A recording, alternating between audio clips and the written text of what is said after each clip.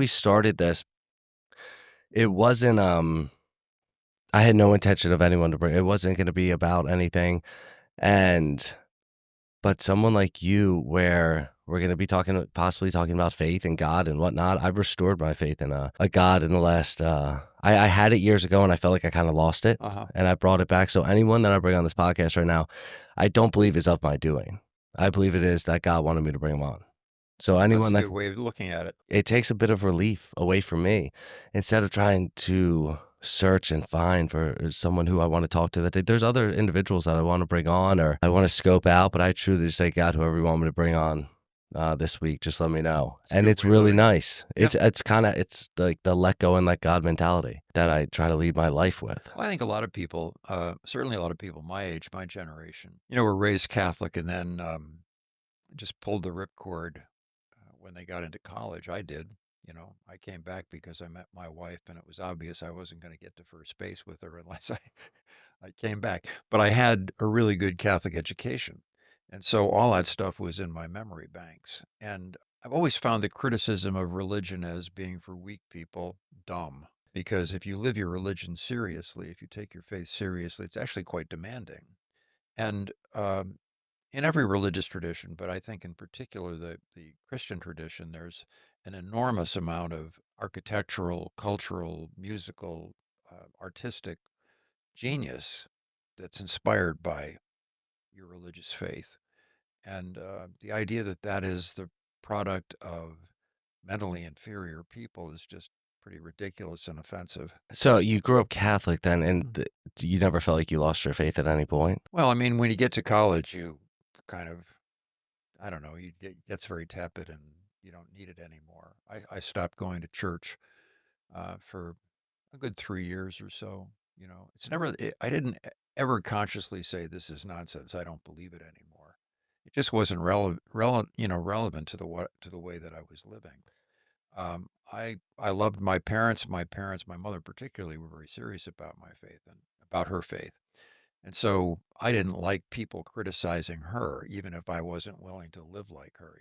It just made it easier for me to come back because I never completely, rejected it. That's exactly how I feel about mine, where I grew up in a Catholic religion.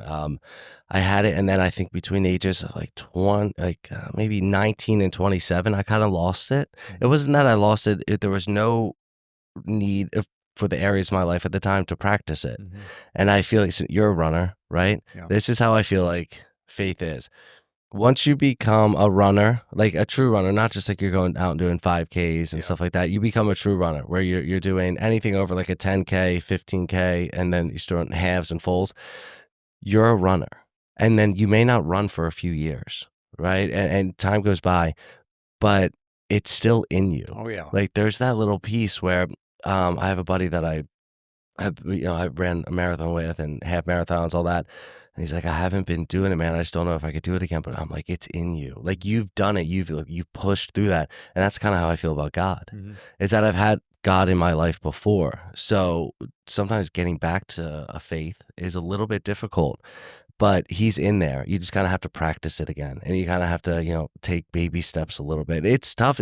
I want to throw up my hands sometimes and say, all right, I'm back, God. Are you? And but it takes a lot more practice to do it. That's I compare Well, a lot to running. for guys, particularly when they get to college, it's all about sex. I mean, it's like Yeah. it's if this is gonna get, if this is gonna get in the way, it's gonna get jettisoned.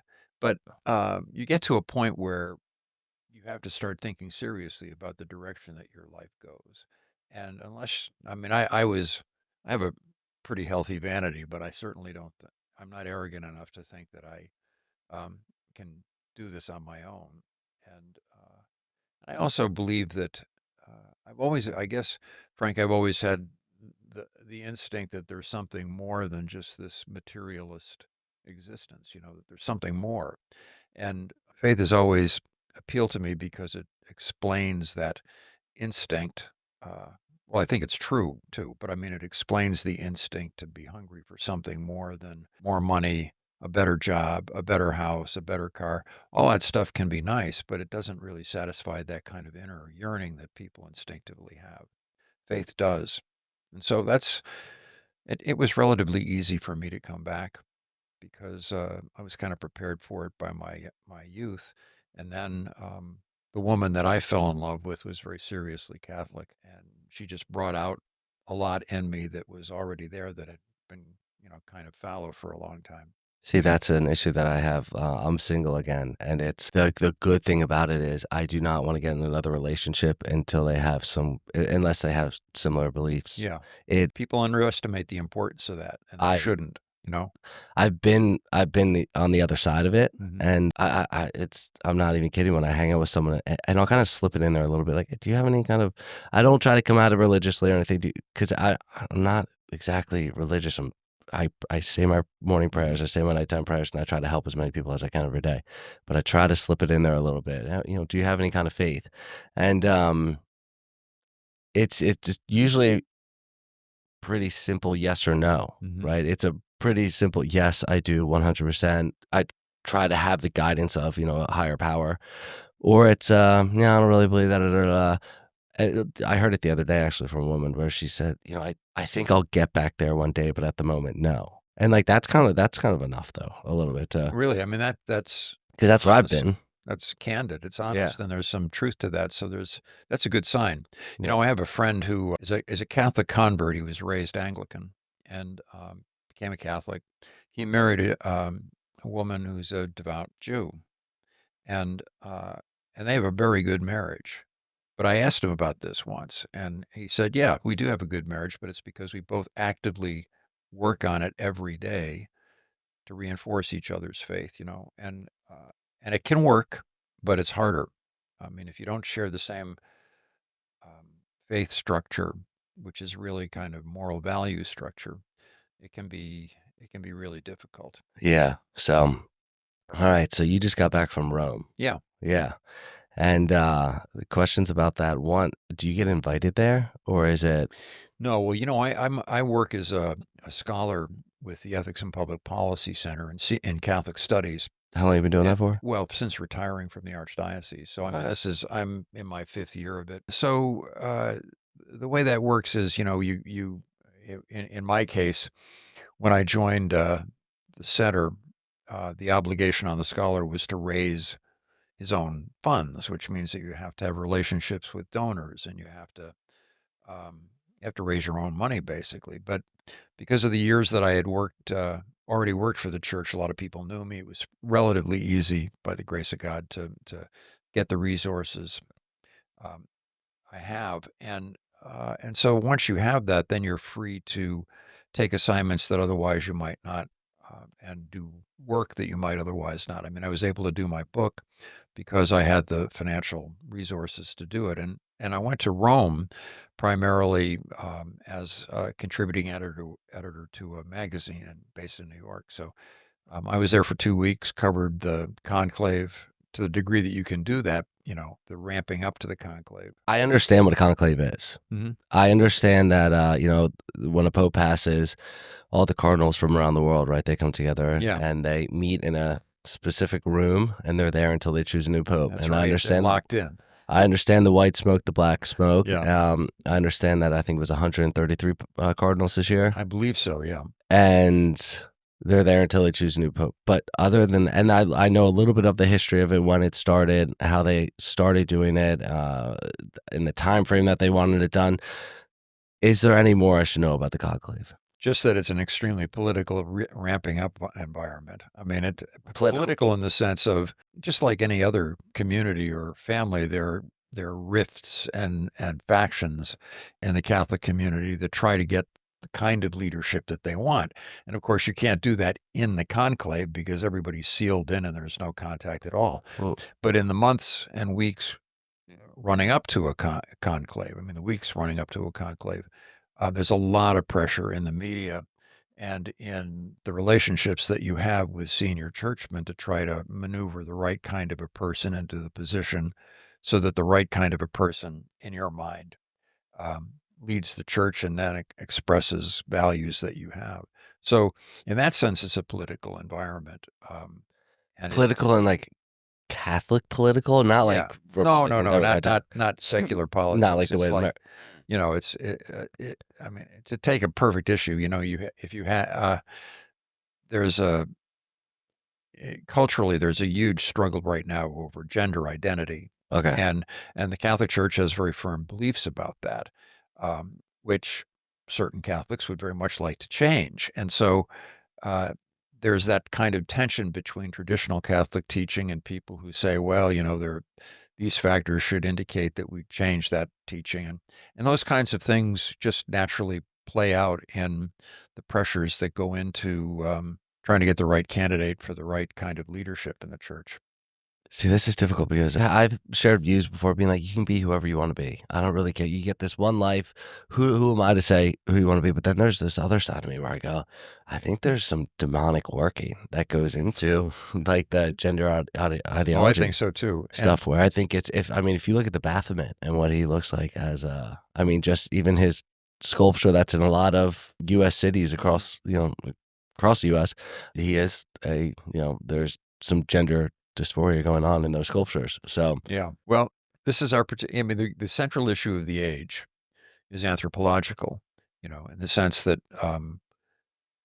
we used to know what it meant to be human. yeah. Now that's a lot more elastic, and so there's this huge struggle going on, and it seeps into the church too about, okay, well, how do we define what a human being is? Where does human dignity come from? What's the purpose of humanity and human life? If there is a purpose, that we don't create ourselves, all that stuff gets worked into the internal conflicts of a religious community because we have to live in the world. Well, what was the conflicts 100 years ago? What was the conflicts 500 years ago? You know what Well, I mean? If this is yeah, our and I don't think it's just gender ideology. What is it like to be a human today? Also with the technological age too, mhm. like we're That's advancing. that's what's driving it. Yeah. Yeah.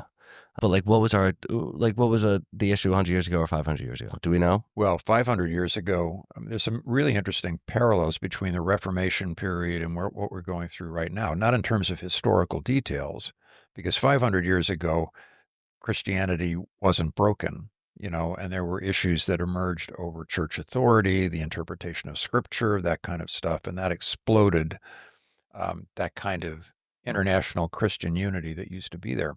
But 100 years ago, we were still living through the aftermath of the French Revolution, and the whole structure of society in Europe was undergoing this transformation, driven partly by the Reformation and partly by the subsequent Enlightenment, where nations had leadership inspired by the French Revolution that was, anti-clerical, not necessarily anti-religious, but anti-clerical, anti-church, the influence of the church on the culture. So there was that struggle between church and state that in the United States we've never traditionally had because there's never been an established church in the United States. Well, not since a couple of the states at the very beginning, but uh, so there were different kinds of. Nobody said who's a human being because everybody just assumed that it was the inherited biblical definition of the human person was still very powerful, even up to 50 years ago, 60 years ago. That's all fading away now, and it's got an awfully lot of chaos about that issue. So it's a different set of problems that we face as a church and as just a culture in general. So you go over there for conclave and it turns into like you get there day one and do you see any of the Cardinals or is Oh the yeah, they're oh, walking all over the place in the Vatican and the environs of Rome around the Vatican. You know, we need to separate the conclave, which is when they close the doors and they're okay. locked in, with the pre-conclave discussions and meetings. And I mean, I had dinner with a cardinal like 2 days before he went into the conclave. What is that like? So it's Oh, just it's just great. They're hundreds of regular people. They're regular people. I mean, yeah, but Vatican City's got to be transformed into yeah, I think I've been doing this a very long time, so there's not a whole lot of mystery in it for me.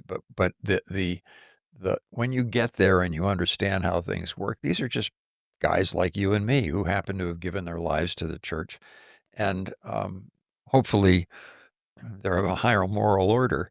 But the evening I had dinner with one of the cardinals. This is like 2 or 3 days before he went into conclave.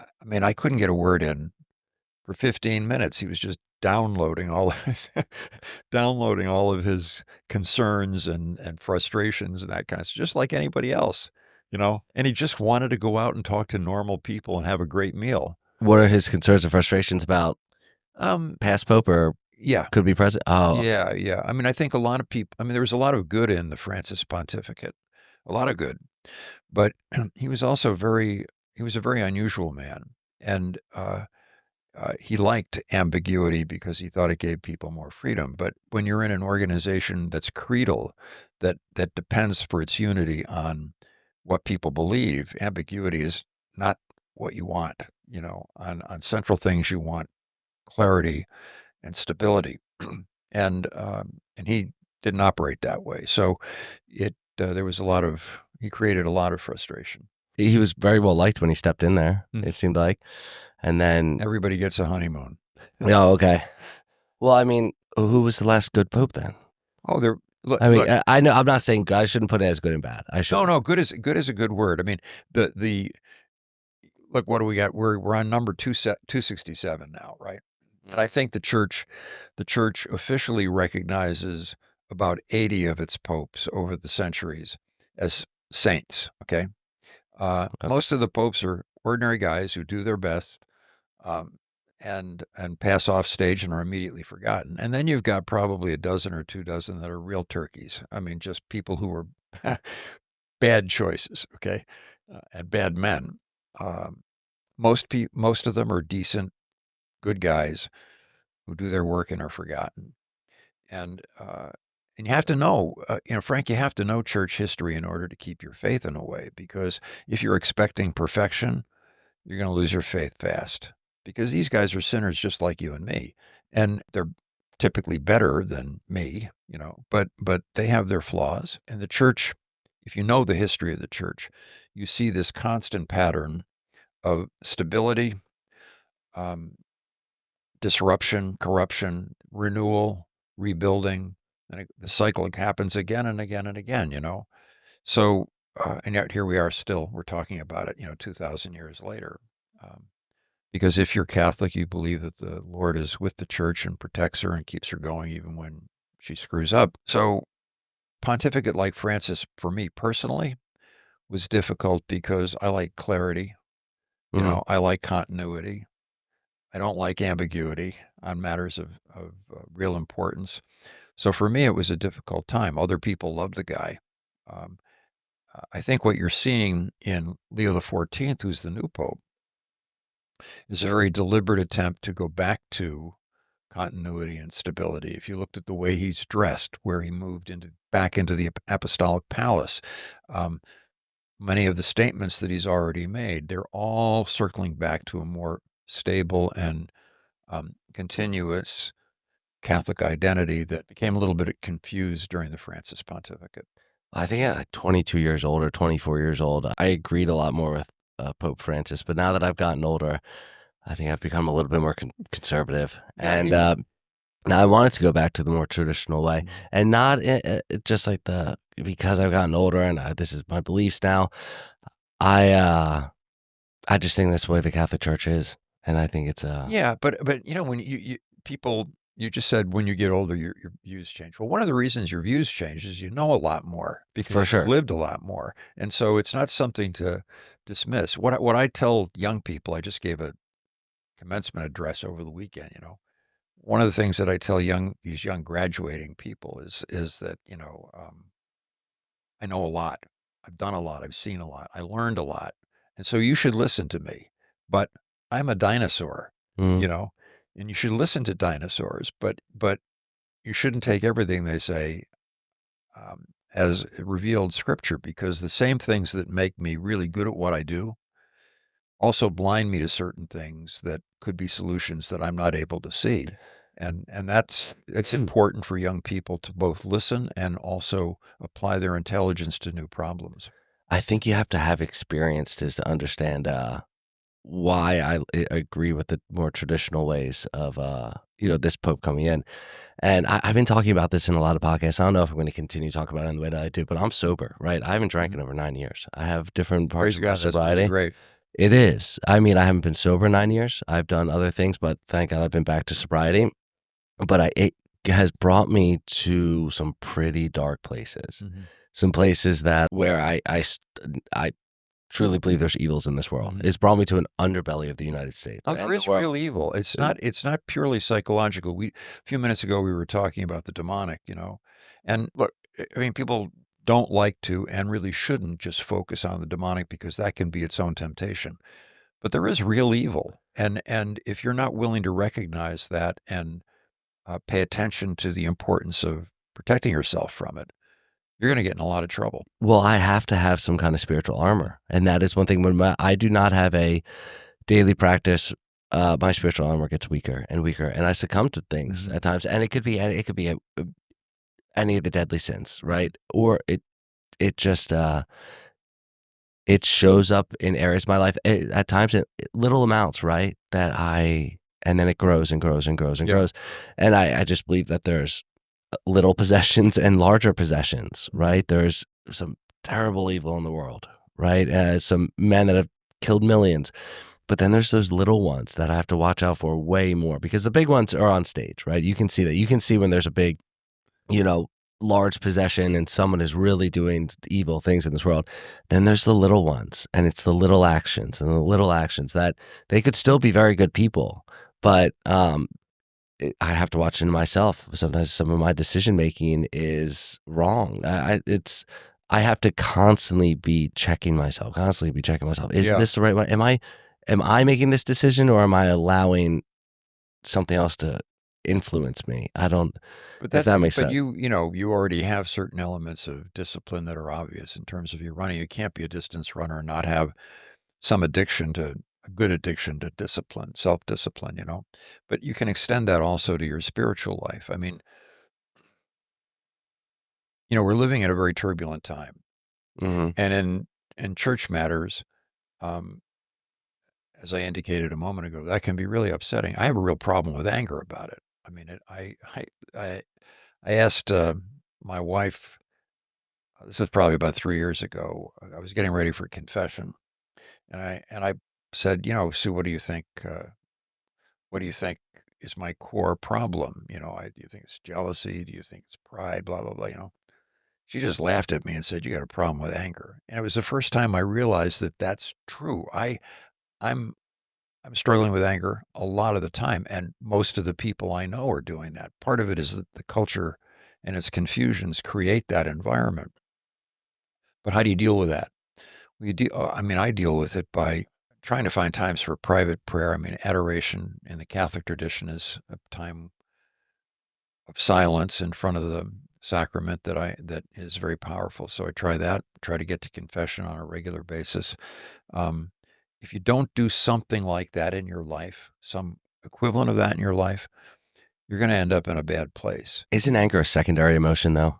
No, it's a deadly sin. Yeah, you know that. I am not quick to anger, but I allow checks and balances in my life right now to keep me from getting quick to anger. But then there's also parts where I go, how do I approach the situation, not in anger, but the anger is correct, Mhm. right? I have to approach a situation saying, I do not like a certain area that is going on in my life. I need to approach it. I'm a little bit angry about it, but I need to approach it correctly without anger. You know what I mean? Yeah. So like that's where I struggle Well, sometimes. remember, anger is not always a sin. There are things that there are injustices that rightly trigger anger in order to be motivated to change them. And even in scripture, I mean, you have good people appropriately angry. The problem with anger, and this is the case with any of the deadly sins, is that they become quite comfortable and you nurse them.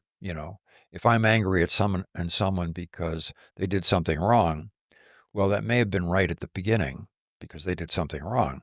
But then, you begin to like being angry. And it's a corrosive kind of poisonous addiction that gets in there, and it can be very, very, very destructive. But if I am aware of that little bit of anger that it started in the beginning, I have to then take corrective action, and Yes. that's the biggest part of I don't think enough people do today is well then I have to make amends pretty quick, and I have to do them that day if I can, because if I don't, then I'm going to be upset that I didn't, and now this anger is I will justify it, I will co-sign my own BS, and it's a tough situation, and you know what's truly taught me it is being in a spiritual program like Alcoholics Mhm. Anonymous. It is I have an amazing sponsor, right? And I know I talk about this, I think, on every podcast. I slip it in because it's such a big area of my life now that there is a constant checks and balances if I go to these places every day. And if I call him every single day, and sometimes I vent in a way that I have to call him back later and apologize. But it is such a do you know anything about AA? Oh, God, yeah. Yeah, my Um, dad was an alcoholic. oh, nice. Yeah, Okay. and we have friends that dealing with it. And look at Sue and I. Sue's mom was an alcoholic. I mean, so we drink. Yeah, yeah, I don't. We're never at ease about it though. Oh, wow. I mean, because we're constantly worried about it escalating. Because it's in both of our families, and alcohol is a really destructive force if you are not on top of it all the time. Yeah, I've had such crazy ups and downs in my life with it that, complete abstinence is my cure. But then, see, this is where what I love that I finally accepted and surrendered to, and I did this years ago, and then and then because I had 4 years complete sobriety, and then I had relapse, and I did it at that time, is since I took away the drugs and alcohol, I must replace it with something, and what we believe is that, alcoholism is a spiritual malady. You have a spiritual malady, and that's the number one cause. That the drugs and the alcohol weren't the problem, it was a spiritual issue that you had, and that you must fix that with some kind of higher power. Hmm. And that's what brings me back to all of this. And then to this conversation of being so interested in talking about how these individuals are going to, pre-conclave to conclave, sit and decide on who is going to be a moral compass for the Catholic Church moving Yeah, forward. And because I'm kind of looking at them again and saying, I would like whoever's up there to, I'd like them to be my compass as well. yeah. Well, I'm very, on a practical level, I'm very impressed with Leo the 14th so far. I mean, I think he's done. He just seems to be a really solid man. And also the other thing too is he comes out of a religious order that, the Augustinians, and I'm a big St. Augustine fan. I always have been. And because So am I yeah, for certain reasons, but yeah. yeah, but I mean, Augustine was, the whole, our hearts are restless until they rest in you, God. I mean, he was a driven personality, as you very well know, with all sorts of, Yeah, yeah. all sorts of We had addictions. lived a similar lifestyle for sure. Yeah, yeah. A great sinner Yeah, yeah, yeah. who turned into a great saint. But he's really the saint. I was just writing about this. I mean, he's really the saint of our age, a patron saint of our age, Yes, because probably. our time right now is so turbulent, so dysfunctional. And he lived through a very similar period with the collapse of the Roman Empire, and I mean, uh, he could have run away, but he didn't. He didn't leave his people when he was Bishop of Hippo, and uh, and he was brilliant. His mind, once he became Christian, it just transformed his life. So I think I'm kind of wandering off there, but for me that he's always had a huge influence on my life and been one of my favorite saints. So you think it's partially why Pope Leo was chosen is because he came of that order, and this is Yeah. probably the Well, most I think reflective it's of going to today? inform the way that he approaches things. You bet. I mean, I think you've got a combination. First of all, he's an American, which is very weird. I First mean, one, right? yeah, which I never imagined was going to happen. I didn't, especially Yeah. today. Yeah. But he had lived in Peru for a very long time. He was a bishop in Peru, a missionary. Um, so he has a lot of different experiences. And for example, I mean, Francis was very critical of the United States. He made very little attempt to hide his dislike of American life and the American church. But there's a lot wrong here. And hearing that same message spoken in a different language coming from a son of this country, people are going to be much more receptive to it because he actually knows us and he's one of us in a sense. And that's an advantage of his leadership, I think, because um, the United States is critical to the church internationally right now because that's where a lot of the money is coming from. American Catholics are enormously generous to the church, and they support a lot of work of the church in various other parts of the world. To alienate um, the American church, as Francis did, was just not prudent, among other things. It wasn't fair, it wasn't just, but it was also not prudent. And I think that will change now. Whether people want to see it, I mean, I think they do believe America is extremely influential across the world on everything, and Oh, it for is. him to step This in is our there, moment. It's not yeah, going to last forever, but this is our moment. yeah. Do you have the Pope's number now? Do you have a cell phone number?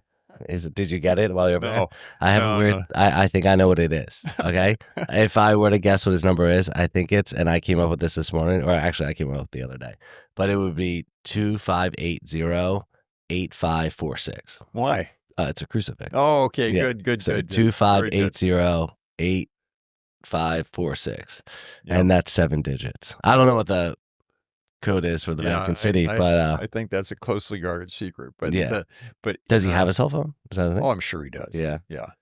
What They you know, it's a new world from even 100 years ago. God, it's completely different. So Conclave, how long were they in there for? Oh, it's very brief. It was a quick one. Yeah, they went in.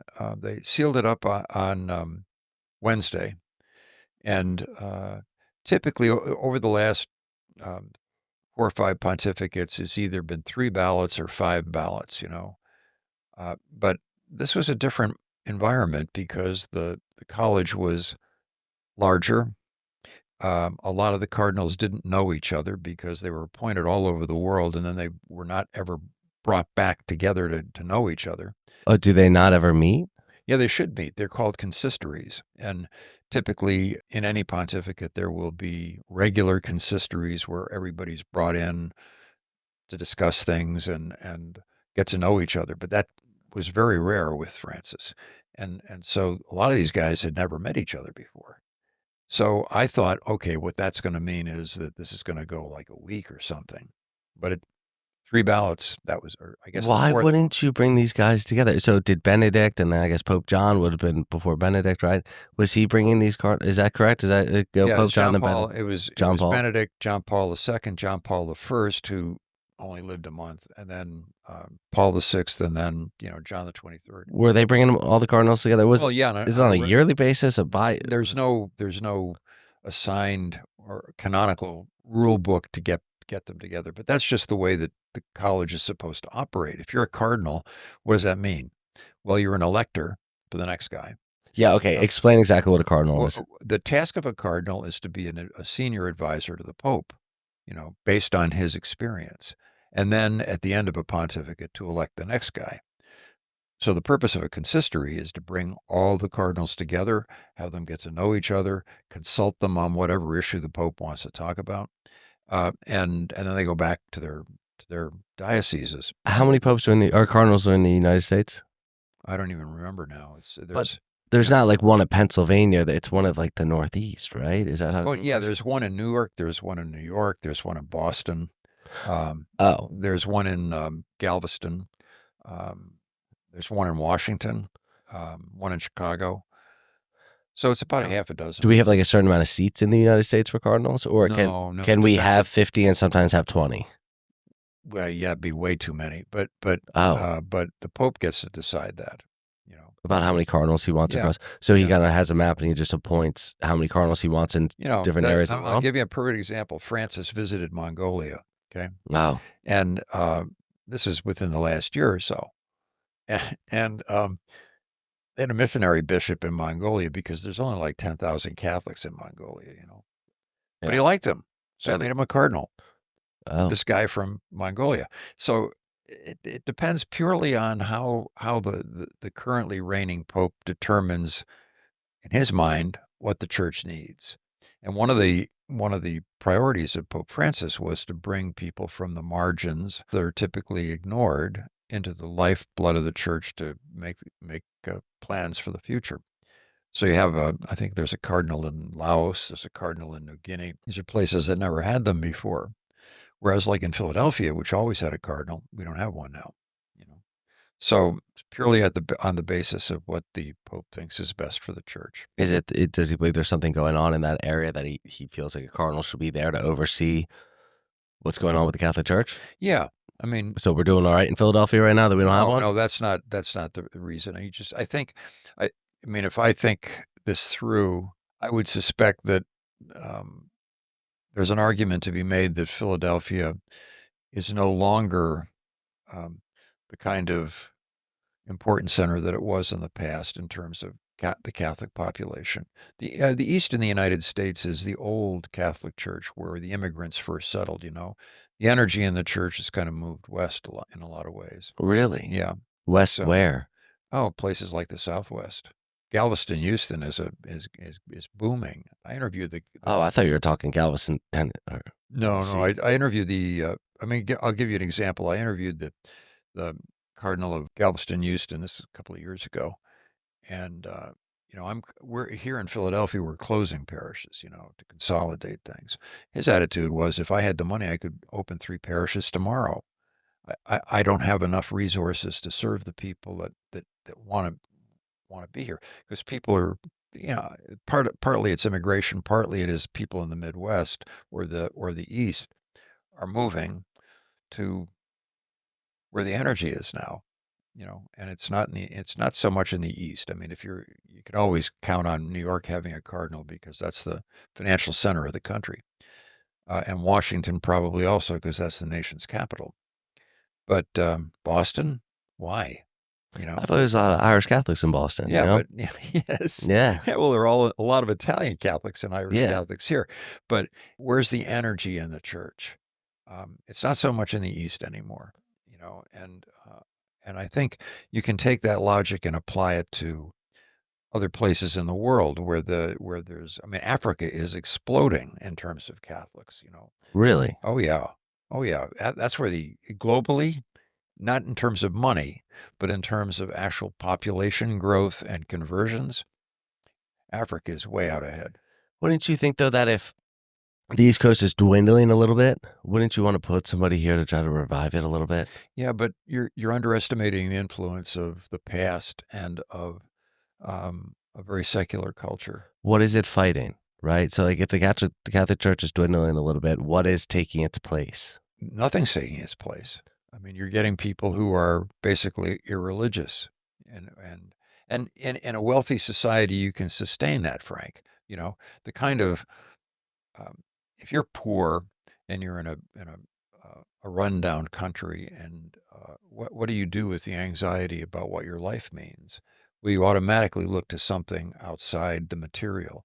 But if you're in a country where you've got plenty to eat and all sorts of entertainment, No and need for God. yeah, you know, not yet. You will at the end. Yeah, yeah, yeah. But people, you don't think like that. You think, and then you've got, like, don't underestimate the influence of the social sciences on this whole process too. I mean, if the fundamental principle of social sciences is that, I mean, there are social scientists who are very religious people, but it's also the branch of science that is the most irreligious, the lowest actual membership of churches. Social sciences being like psychiatry and Yeah, psychology. especially psychology and sociology. I have an issue with Yeah, yeah, therapy, by the way. yeah, I yeah, do. yeah. Well, I went to a psychiatrist for a year when I was in high school because of depression and stuff like that, Yeah, yeah. and a lot of good can come from it. But the principle that a lot of social scientists bring to the table is that religion is a projection of human anxiety, and the idea is that the social sciences view of man is very object oriented. This is a kind of specimen that we have to study. And that's exactly the opposite of what um, all of the great religions imagine, which is that the center of the universe is God, not man. And man's happiness is connected to us conforming ourselves to the, the various rules that we take from scripture or the Quran or whatever about what God wants us to do. It's a completely different way of looking at the purpose of man, and it also transfers um, religious power from legitimate clergies and rabbinates and imams to social scientists who have no real religion at all. Well, I feel like the social sciences too, kind of make things more about the individual instead of the group, right? Where when I'm sitting with a therapist, it's more about me, Yeah, it's me. atomizing. And me never solves anything, Mhm. but we solve something, Yes. right? And that's an issue. with me with a when I sit with a therapist because what they really should be telling me to do, I think, is find a collective group and to vibrate on together. Yeah, you're getting to something that's is fundamental to religious faith is that human happiness is connected to giving yourself away, not taking, Absolutely. and I mean, that's what a good marriage is. I mean, you become stronger by giving yourself to the other person, not, taking. I mean, the taking is fun too because the person that you're with is giving herself or himself to you as well. But it's that, I mean, you're really onto something important here, which is that happiness comes from giving away, not taking. The taking will come in the self gift of the other person, but if you are all about yourself, you're up the creek. No. Saddest I am is when I'm in isolation, for sure. And I could be, and I do a lot of things in isolation. I do run alone. I do a lot of my But that's physical when you activity. think and meditate and stuff like that. Yeah. When I was running before I screwed up my knees years ago, I treasured that time to just reflect, and you get into that kind of meditational I thing. work my anger through out and running sometimes. Yeah. I was running through Tyler State Park Mhm. yesterday, and I was so mad about stuff. I was just thinking I was so mad. But you know what I was doing? I was having these conversations with myself. I swear if anyone I think I spooked this one woman. I was running past her with her dog, and I didn't see her, or I wouldn't have done I probably would have checked myself a little bit. But I was kind of angrily, like, working through some things, and she saw that it probably in my face and a little bit of my action. And, but, when I was done with that run, I didn't really have the anger. I kind of felt, a little balanced, Mhm. right? So there is that isolation that, that it's very good. But I still go to my group type meetings every day. I still call a certain amount of people every day, right? There's that. But yeah, that's, it's a huge issue that I have with the social sciences is that group therapy. I read this book actually. It's called The Maidens. Mhm. Actually, this is going to go into like the Greek mythology and all this stuff and whatnot. It's actually it's a very cool book. It's by it's a Greek author. He's got a Silent Patient. I think is another one of his Mhm. books. But they do group therapy instead of one on one. Yeah. And I think there's a huge thing to be gained from that. But talking about because it's already here. It's the sobriety type issue is you go to these type of rehabilitation places today, and you go to these outpatient programs and such. AA teaches you God in step 2, right? Mhm. And then the rest are all God. It's step 1 is you got an issue with drugs and alcohol, and your life's unmanageable. 2 and 3 is came to believe in a power greater than myself to restore me to sanity. 4 is made a decision to turn my will and my life over to the care of God as I understand Him, and the rest all have to do with helping another person and Right. making amends and whatnot. But these big um, rehabilitation programs right now, they don't really want the God there. They don't. They want to do cognitive brain therapy, which is good. They want to do dialective brain therapy, which is good, I guess. But they have this absence of the higher power a lot of the Yeah, time. that's a terrible mistake because it gives you the impression that you can solve the problem yourself, however you disguise that with the language of science. And you really can't. I mean, not finally. You have to submit yourself to something higher than yourself. I've never had a problem with that actually. The Never. thing is, the person was if they were in some type of addiction, they weren't solving it themselves. They were solving it with whatever substance they were putting in. Yeah. There was an exterior thing that they were using, right? So now you're trying to solve it again within. Like I tried that, and look, it got me here, type thing. Mhm. So you need to again kind of have that external force to now come in. That it's just not going to be as tangible. It's going to be spiritual, Yeah, that's a good observation. but We share a certain resistance to social science. We're not the only ones either. I mean, there, and it isn't confined to religion. I mean, there's a wonderful essay, "Social Sciences, Moral Philosophy," I think is the name of it, by Neil Postman. Wonderful essay. And Neil was a secular Jew, didn't have any particular religious convictions, I don't think. But his critique was that social science is basically moral philosophy dressed up with a lot of scientific language, but it's not real science. And Christopher Lasch is another one. Christopher Lasch was a wonderful historian, also not a believer, but very critical of social science because it pretends to be science, but it proceeds as a cult in a lot of ways, or as a secular religion and with a clergy of social scientists and that kind of thing. Also misunderstands what religion really is. Lash began as a Marxist Freudian of all things, and very resistant to religion. But over the years before he died, he became increasingly friendly with and respectful of religious faith, because he said that critics of religion frequently see religion as a crutch or as a source of an expression of human weakness. He said, if you really live your faith, you know, um, it's hard work and it's very demanding, and it deals with issues of loss and despair and suffering that we prefer much more to kind of paper over with whatever particular narcotic we can get our hands on. Living a faith seriously is a demanding task, and it's not a source of me leaning on it because it doesn't frequently give you the kind of support that you want.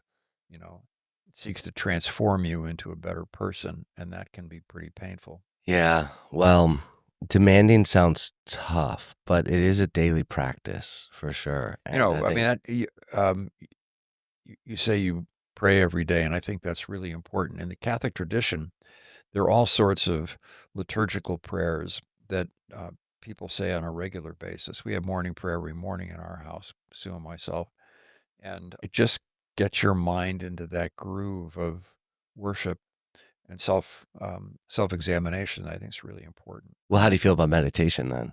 Well, meditation can be really good. Someone once told me that it was, prayer is asking, meditation is listening, and No, that's a false division. You know, one of the things listening is an absolutely essential part of prayer. It's when I say a whole lot of words to God Mhm. that really I'm not waiting for him to respond to me. You know, meditation in the Christian tradition is really important because that's when you still all of the anxieties and appetites of your daily life and just put yourself in God's presence and wait for him to say something to you, you know. And so meditation is a really important part of prayer. Going back to Pope Leo too, as I'm thinking about this, that um, we seem to have lost God in this country a lot, Yeah. where it's being removed from states at times, like California and such, are kind of removing God from schools and such. Like, why would we? Why do you think we would do that? Why? Yeah, I mean, I have Because it my gets in the way of doing whatever you want. And we have the most materialist culture on the planet. You know, people look at National Socialism and Marxism, Leninism, the big ideological systems that were atheist, you know, um, and they say, oh, those are terrible things. But we're just a much softer version of that. I mean, we're the most, we have a kind of a practical atheism in this country that is the is the um, substrata substratum of this kind of superficial Christianity on the top. You know, there was a time when the United States was legitimately this kind of mixed marriage between Enlightenment rationalism and biblical faith. And even the Enlightenment rationalism was informed by biblical morality, even if, you know, they didn't interpret it in a strictly religious sense. Now what you've got is a consumer society that is relentlessly materialistic. Mhm. And it doesn't have to say, you know, there is no God. What it does is it makes him irrelevant and just takes him out of the conversation because you're so busy, you know, acquiring things. And once that happens, people who do have ideological biases can pretty well do whatever they want, you know. I mean, you see it all across the West Coast. You know, Mhm. in Washington, they just passed a state law that abolishes a priest's seal of confession. I mean, that'll be appealed, obviously, because that's a real intrusion on religious freedom. But there are really bad people out there in leadership, and But if God wasn't real, why are they trying to get rid of him? You know what I mean? There's people because who it's say an if they're an interfering, atheist. because people who actually are religiously serious don't go along with the BS. They resist. But if you're an atheist, it's like, "Oh, I don't believe in it." Well, why are you writing laws into something that you don't even believe in? Because I have to coexist with people who do believe in him and who want society to go in a very different direction from the one that I want. So it's just selfish. It's inevitable. I mean, look, we live under the illusion that some people believe and other people don't believe. That's just not true. Everybody's a believer. Yeah, yeah, yeah. Yeah, everybody's a believer, even the person who says, "I don't believe in anything." You know, that is a conscious decision you know, to bind yourself to a certain course of action. That's the old adage of, yeah, even an atheist believes because you believe not to believe. Yeah. That Well, there's a you're great one of the good social scientists, Christian Smith, was an evangelical and he became a Catholic. He's at Notre Dame. He wrote a whole wonderful book, Moral Believing Animals. And his point was that there are some cultures that are not religious in the Western sense, like Japan is on the surface an apparently irreligious country, from the Western perspective of like, Islam or Judaism or Christianity. But everybody believes something. Everybody. There are no exceptions. That's instinctive to the human DNA. even like the very materialists, right? They're gonna believe in the Yeah. power of the Yeah. money, right? And what it can get You them. submit everybody submits themselves to some form of belief system. It's just the way it works. Everyone has a God. Yeah. 100% everyone Even if has a they don't God. want to say that. Yeah, they just don't consider it God because they have this understanding of what they think God is. Yeah. But, And by the way, the typical non-believing idea of God is this sort of like super fairy somewhere out there in the universe. And that's not what Christianity has ever taught. You know, God is utterly outside our experience, who intrudes into our experience with the incarnation of his son. But that's what the word holy in Judaism. I mean, it's a Hebrew word originally, kadosh. It means other than. God is entirely other than us. And in some ways, we can't understand him unless he reveals himself to us. Um, and that's a much more rich and different experience from thinking about him as this fairy out there in the ozone who manipulates reality. I mean, it's funny what atheists imagine real Christians think, because if the deeper that you become committed to your Christian faith, or presumably Islam or Judaism in a different way, I mean, the more deeply you understand both the intimacy of God and the radical otherness of God in terms of his ways being higher and better than ours. And it's very different from the caricatures that atheists typically draw of religious belief. you mentioned that he delivered his son, right? Mhm. I'm watching The Chosen right now, and, Great series. it is so good. Yeah. And I have been not wanting to watch it, like, I don't really wanna watch one of these. I don't know why I had some apprehension about watching it. The actor who plays Jesus It's is, terrific. so good. Yeah. The scenes that he is in, I feel so calm watching Mhm. it. I finish an episode and I feel so calm. You know why? Because there was this long tradition of presenting Jesus on screen as human, sure, but kind of divine at the same time. And of course, in the Christian vocabulary, both those things are true. He's human and divine. But what you're responding to is the accessibility of the portrait of Jesus in The Chosen. He's very He's humanized. very human, he's very accessible, and yet also he has this kind of divine mission, obviously. But that actor is really, really good at capturing the appeal of the man. But he plays that emotion, yes, like, he plays that emotion really well because you can see And he's he's very masculine. very, yeah, that which is nice. And you see also saying that he is very human, and we see Jesus a lot portrayed as the divine. He's not angry at certain scenes, but he's very human in certain scenes. But he shows a little bit of anger, or he shows a little frustration. Yeah. It's not anger because he just shows a little frustration. It is really not, you almost say, I'm making up in my mind as I'm watching, going, well, he had to do it that way because that's what human beings do.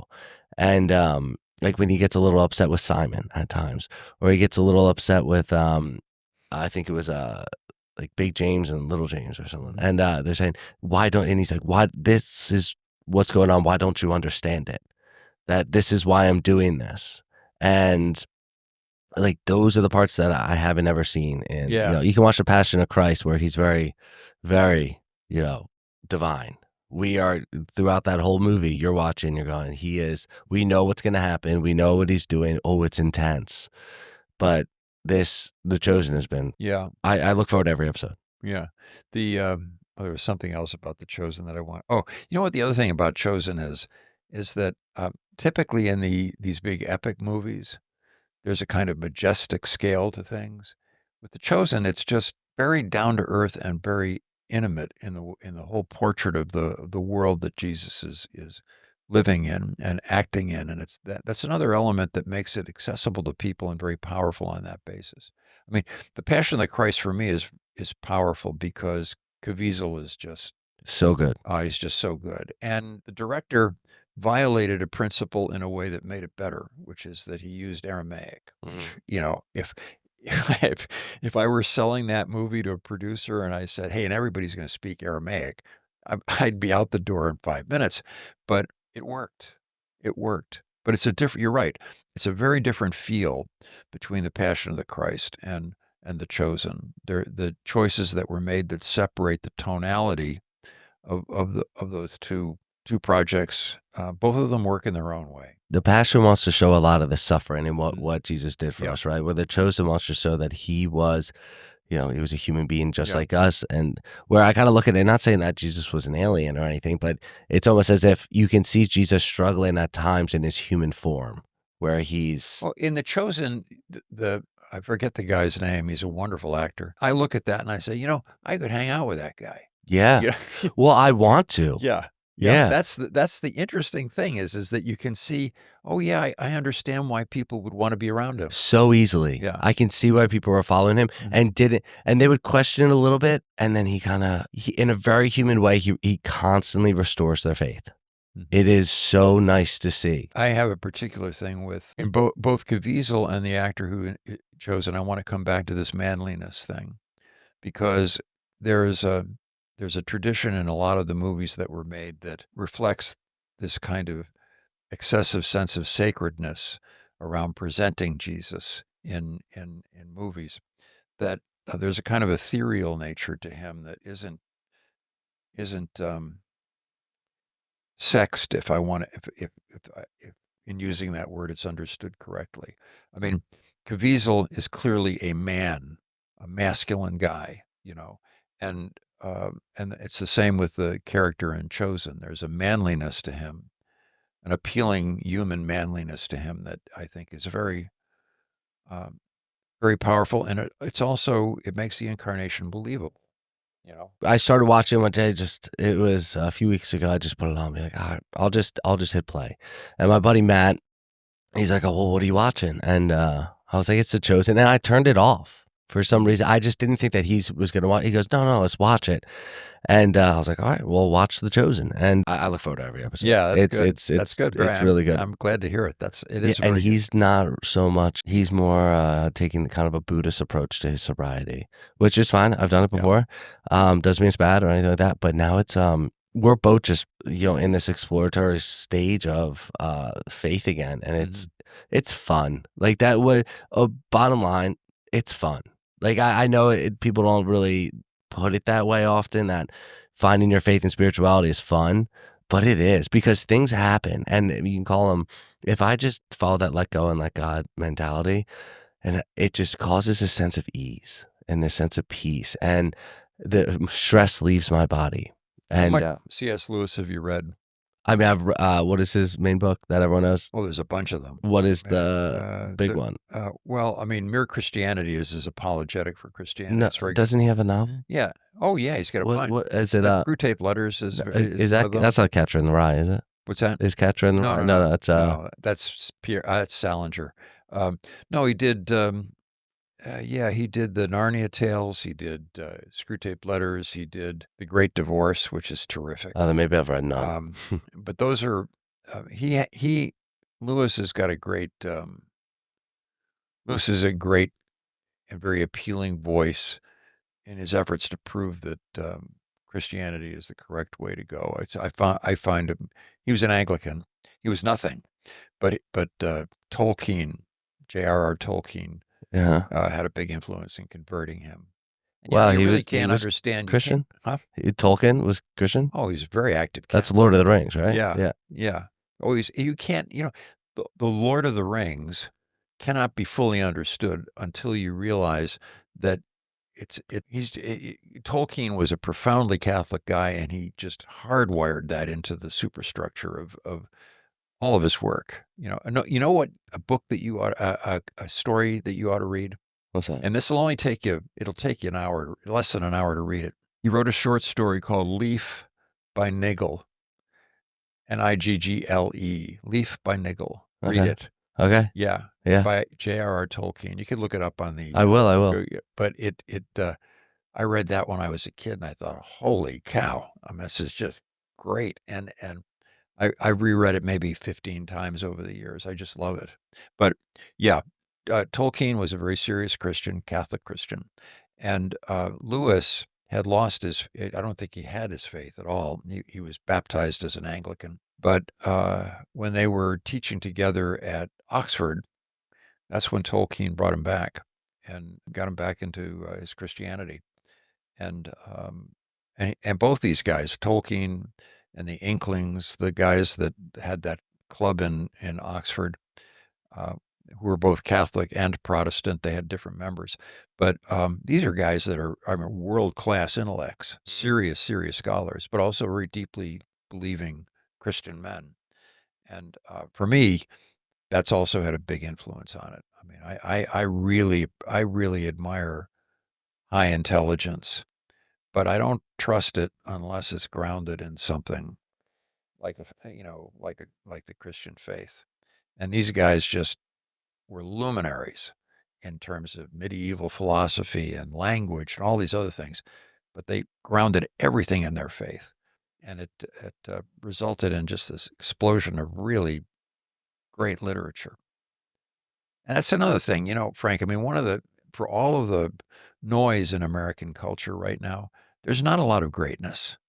There's a lot of mediocrity, and a resistance to suffering. And of course, nobody really signing up to suffer around the corner.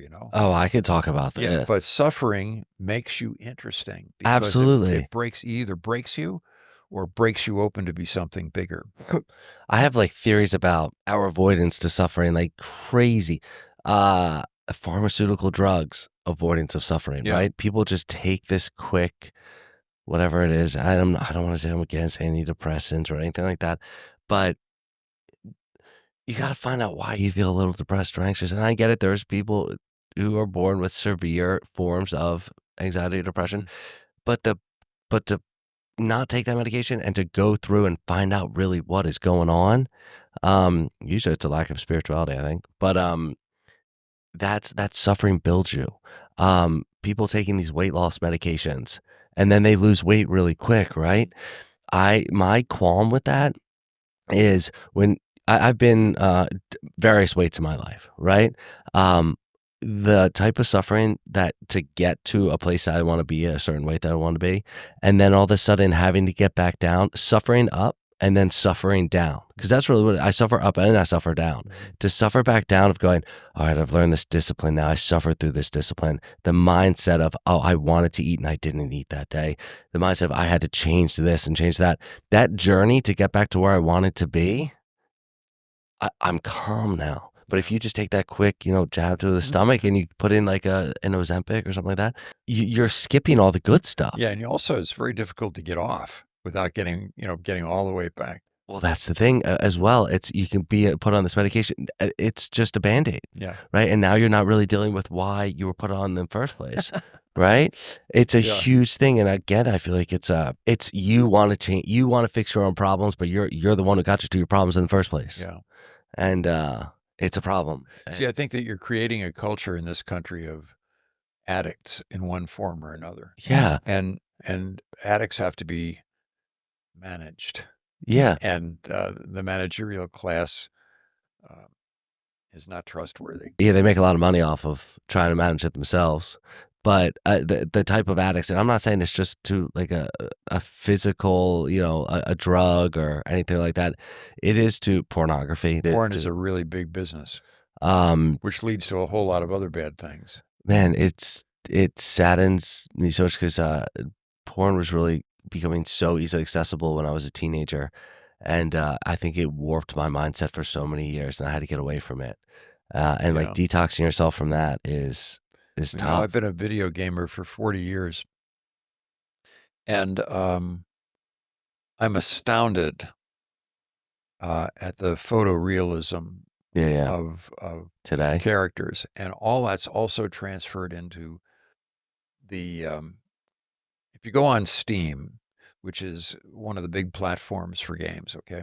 And they got a lot of great games, but there's also this kind of there's this also there are a lot of games that you could get that are just outright aggressive belligerence, violent porn, and okay, I'm all grown up, I know not to do that, but if I'm 13 and just throbbing with hormones, I mean, you get hooked on that stuff, and it's really, really dangerous. And also, you never can have a real relationship because real women aren't like that. It's Real men aren't really like that no, either, though. that's true. Like, that's not, and then we've kinda taken the voice away from the parents as well as if you're saying Yeah. as a teenager, where we've made it accessible and then it's a lot of But you programming. just said something really smart, which is that real men aren't like that either. Men should have the discipline to maintain themselves and have a certain honor code that prevents them from doing that.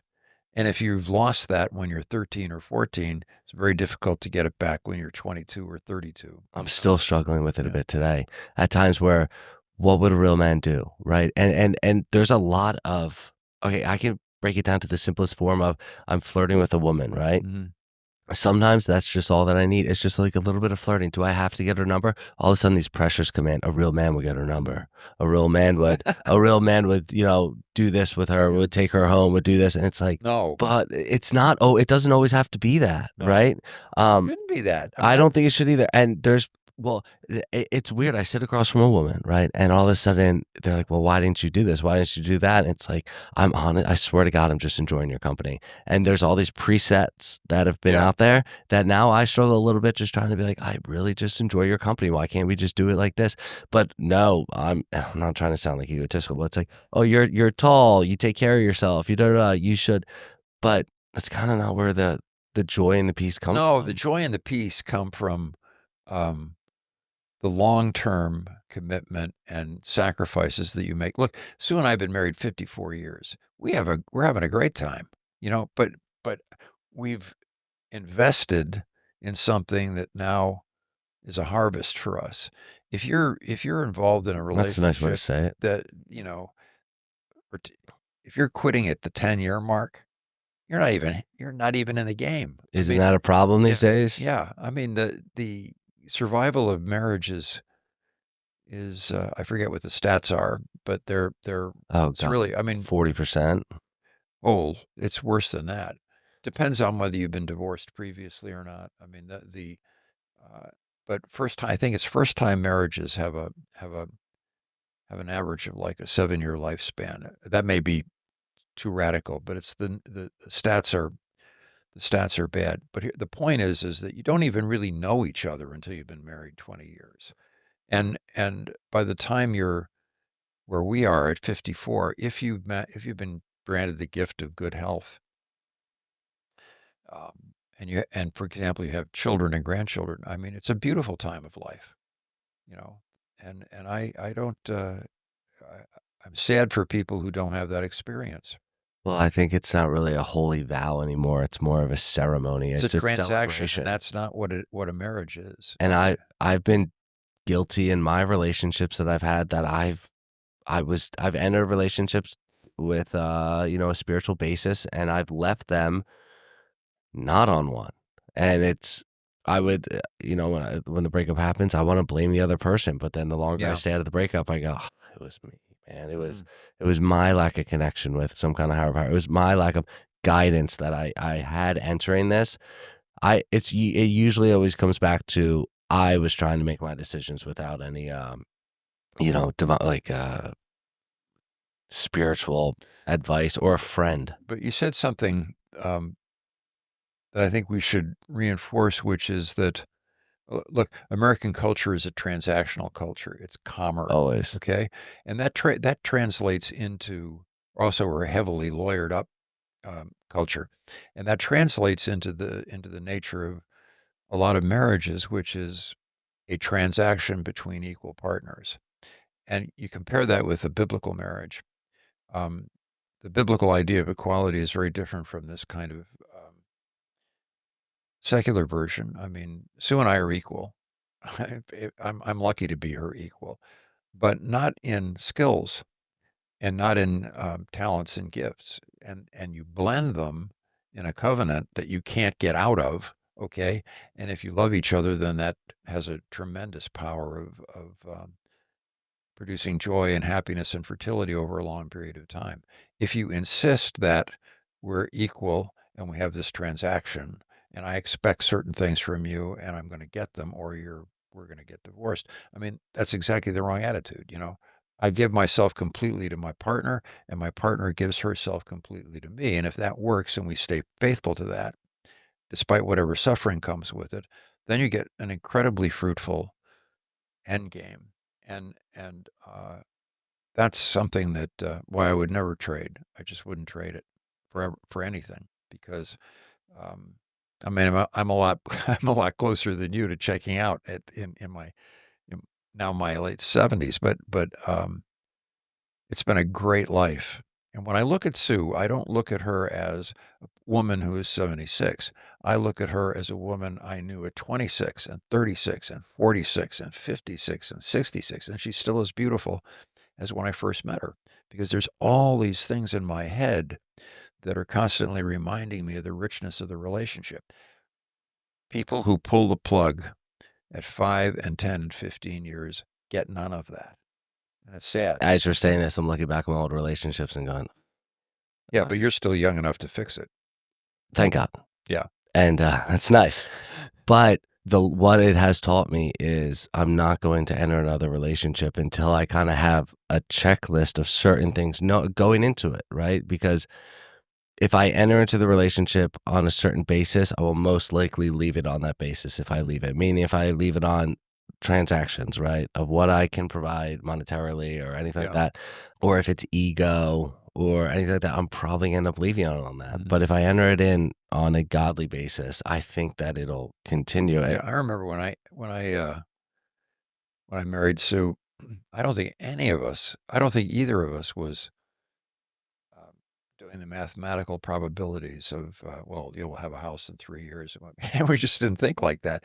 It's like, I love you. I'm going to do whatever it takes to make this work. And and it did because we believed we were faithful to each other. We just put in the work to make it work because we were assuming that this was for the long term and that there wasn't some sort of safety exit that could get us out of the commitments that we had made. Well, that's the thing is people have these expectations that they place immediately, and if those expectations aren't met, they're just a future resentment. Yeah. And Yeah. it is, Nobody planned for Dan, you know, but how do you react to that? A child who has Down syndrome. Well, you can either say, this is part of the bargain and I'm out of here, or you can resent the kid, or you can say, okay, this has to fit somehow into the love that we have as a couple and a family. If you do that, then what appeared to be a very difficult situation, and in some ways there are problems that come with it, caring for a child with disabilities, but it's never been something that we've resented, and it's made our life much richer because we've had that love in our life. Um, and again, the vocabulary for what I just said is religious. You know, I think there is some higher purpose that I can't understand, but I believe in uh, to a life that involves a disability. like, there's no mistake in God's world no matter what, No, even though what we consider mistakes or not. mistakes. It is, but Yeah, I even believe it. I believe it. having that kind of faith, like, this is where I feel like, thank God, I finally get to go back to this type of Frank that I loved. This is the happiest Frank that I get to be. Praise God. That's great. Yeah, it is the Frank that, I had for a bit, but it's weird. I also look back on when I was really building a good spiritual foundation, but I'm not gonna do it that way again, though, because there was other parts of it where I was building it, but I was kinda building it because I wanted things, Mhm. right? I wanted certain successes, and I wanted it was kinda selfish, where, like, this time around, it's a little it feels a little bit, um I don't wanna say unselfish, it's not, there's still so much self in it, but it feels like a little bit better directed, Yeah, right? It feels, and I have other mentors in my life right now that are helping guide it a little bit and keep that's good. grounding me, which is really nice, and, Well, that's a beautiful thing. it is, and I still have a little weariness though because I don't wanna go because obviously the faith that I built at first, I let go of pretty easily. Mhm. Um, I look back on it and, I gave it up pretty easily for a girl, and I gave it up pretty easily for, jobs, and I gave it up pretty easily instead of saying, "This is," instead of looking back and saying and listening to God and saying, "Hey, I helped you get here in the first place. Why are you giving up on me?" Mhm. This time, I'm gonna thank him every day. Mhm. Last time, I took it, I ran with it and said, "I did it, I did it, I Yeah. did it," and that's a tough one because I Yeah. thought I did. Things that you're good at all come from God, Yeah. and you develop them, and He delights in the fact that you do develop them because I really believe that too, that I mean, I think He takes delight in us when we try to do the right thing and we try to build Him what He's given us. But, um, the things that we're good at, the instinctive talents that we have, they all come from God. We didn't cook them up. But why is there this thing in society today to say that it's not okay for us to be like, well, a lot of society says, "I built this. I'm self-made. I did this," Yeah, but right? that's a crock. I I mean, know, but but y and people, I don't believe that I have a hard time believing that anybody thinks that. Look, it's proper to take pride in your work, you know, yeah. but within the context of a larger spirit of gratitude. I mean, and see, the whole idea that we should be independent is idiotic. It is impossible to be independent. We're dependent on each other in thousands of ways. You know, it's just this addiction to equality too. We are not equal. Now we have to be equal before the law because that justifies and protects our basic rights in a very pluralistic democracy. Okay, so we should be equal before the law. But are we equal in reality? No. We're different in hundreds and hundreds of ways. I'm not equal to my wife in certain talents, and she's not equal to me in various others. We're all mutually dependent. We come from somebody who sustained us, and at some point we're going to die. And all throughout life, we're dependent on friends and family in order to sustain us and advance us. We're fundamentally dependent people. And this crazy idea that we can somehow be a completely autonomous units, it's impossible, and it only ends up in a lot of, sadness when it doesn't work out. Well, it's just like you said the word gratitude. It's a lack of gratitude when you're trying to get Gratitude things is big. yeah, I mean, gratitude is that's where it's at. If you can develop the habit of gratitude, um, it covers over a lot of sins because it protects you from pride, and pride is really the core of all the deadly sins. Pride is the one that's really the killer. They're all bad, but that one's the big one. Do you feel like you said you weren't a big fan of Pope Francis? Do you think Pope Francis had a bit of pride that was Oh, he was I think he yeah, but I think it was tied to a lot of personal insecurity. really? Um, I don't wanna I don't wanna dwell too heavily on his weaknesses because he also had significant strengths, and he did certain things that were really important and good for the church. But I think, he had emotional problems when he was a Jesuit provincial in Argentina. So, I mean, he had and he wrote about it. I mean, he acknowledged it. So he was a guy with certain emotional weaknesses that uh, never really left him, and it transferred into style of governance. I mean, he was kind of an autocrat. in terms of the way that he managed things.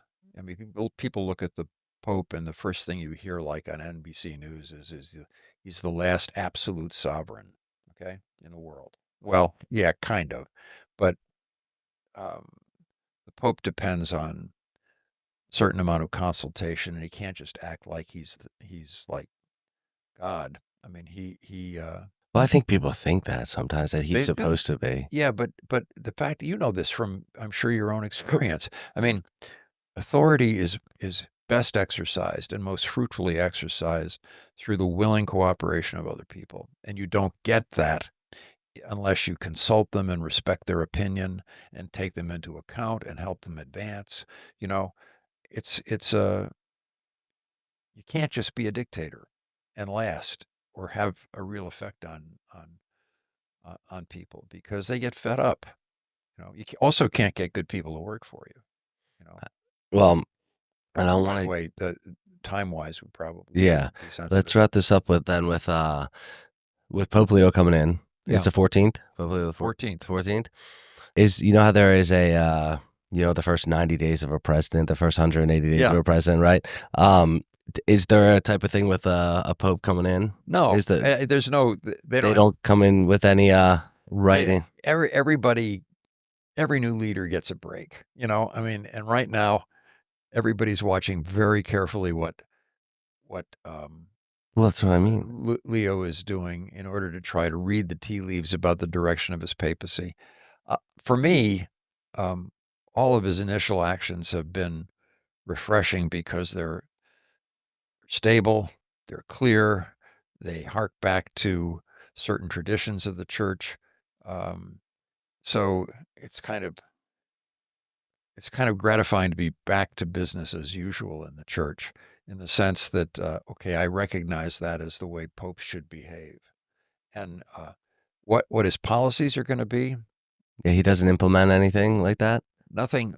I mean, he'll be doing very significant things, but they'll only come about over time. I mean, the appointments that he makes for the leadership of the various offices in the church, that'll be a sign. Um, his formal teaching documents, when they come out, that'll be a sign.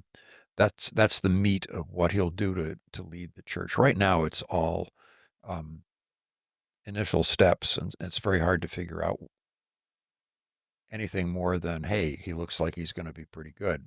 We have to see what happens. If you could advise him, what would your say? Hey, I think these would be like 3 good steps to take.